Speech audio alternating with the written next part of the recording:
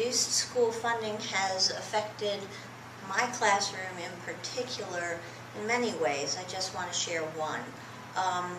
One of the significant needs for my kids is experiences in the community, going to visit grocery stores and walking in the park and visiting the post office and doing those kinds of critical life skills that we'd like to learn.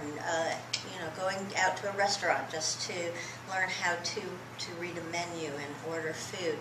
And because of the funding cuts in our county, we can't provide transportation the 6 miles or the 3 miles it takes to get from my school to the town. And so my kids are missing a very important part of their education. So I urge the legislators to support education funding as much as possible. I would say the budget cuts this year have affected us in class size, but also just in general spending by teachers in their classrooms. On average, I think I put about $2,000 a year into my classroom of my own money just to make sure that my kids are getting what they need, and that's becoming harder and harder to do. I think it's affected our PBIS systems in that we want to offer all these great incentives to kids for positive behavior, but it's hard to offer incentives when you don't have the money for transportation, to take them to go see a movie or things like that. We haven't even really been able to initiate our incentive program with them yet because we're so focused on money has to go towards those other viable options like textbooks, technology, classroom resources that are also just as important. Budget cuts have affected our schools the most, have been with the reduction in a specific position in our county. We used to have something called instructional coaches, and what these instructional coaches did is they came out to schools and met with teachers who expressed an interest in bettering their teaching abilities. I worked with an instructional coach for 2 years, and I can accredit her with so many things in my classroom. And most directly, my students have benefited from that professional development experience that I had with her. Without it, I wouldn't be the teacher I am today. Unfortunately, this year is our first year without instructional coaches because of the budget reductions. And I think it's something that not only I am feeling, but more importantly, my students are feeling the impact of. The thing that I learned in college was that the most important aspect of teaching was being reflective and looking at what you're doing. And I don't have a videotape or a video recorder in my classroom all the time, and I always don't have another set of eyes. And that instructional coach helped me in reflecting on my own practice and becoming better. Budget cuts for us really hit positions. We lost teachers, we lost support staff. We lost about 47 positions total this year with our budget cuts.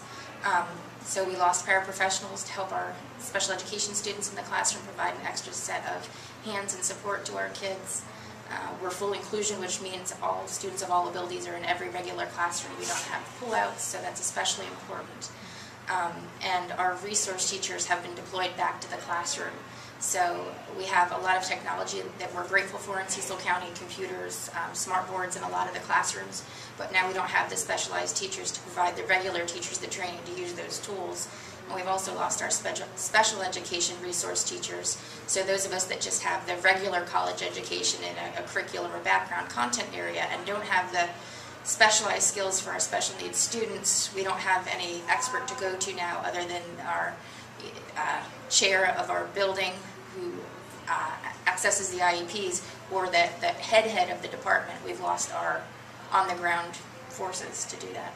In science, I can say supplies, science and technology are always increasing, and we try the best we can, but when we're doing experiments, we may have outdated tools, or they may have gone on to some new technology that's being used in industry, and we can't match that. We can't give our students that experience.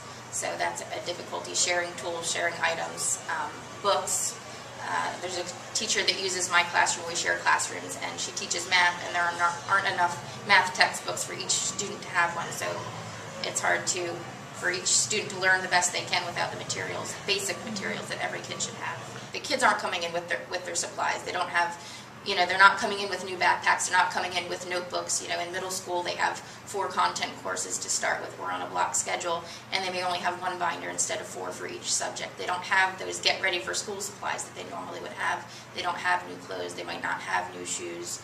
I've helped kids duct tape their shoes. You know, we provide clothes for kids when we can that we have in need. We provide food for families at the holidays and other times when there's a necessity. But one of the things that struck me is in science, I teach a unit on heat, and one of the questions that came up, we just asked about, you know, what the average temperature in their house was, and we were talking about electrical bills and heating bills. And I had about 4 students in one class say that they didn't have heat in their house last year at all, and that the heat was not turned on because their parents could not afford to pay the electric bills. So that really hits. Our schools have been impacted with the class sizes, with cutting teachers, cutting enrichment programs. They've cut the after-school buses for transportation for after-school programs. The cuts can continue to go on and on and on, and I can stand here and talk for 5 minutes about this. But the more I talk, the more upset I get when I see that our schools are paying for our kids to play sports that they love, and it costs $100 to play a sport. Then when we go to watch the games, they charge everybody $7. It's the highest in the state. We're a very rural Eastern Shore community. Our kids deserve better. Us taxpayers deserve better, and we're not going to stand for this anymore. I want them to let the county commissioners in all of the counties make sure they fully fund our budget at the maintenance of effort, which is a law, and they should not have to opt out of the law and pay a fine. We are missing a lot of supplies that I find that I am having to supply my classroom with, such as usual items like pencils, spiral notebooks, but more importantly, we're trying to vest our interest in today's society and get our children educated. And I find that I'm sharing books with other teachers, which takes away from classroom time where I'm instructing, running around trying to make sure someone who's using the science book is finished with it so I can have it for my class. I want to do my part to keep Maryland schools #1 in education. We can't do it unless the funding is given. Clara Floyd said it best. She said that #1 education starts with #1 educators, and I would like to add that it also begins with #1 educational funding. And I know I'm doing my part. Are you?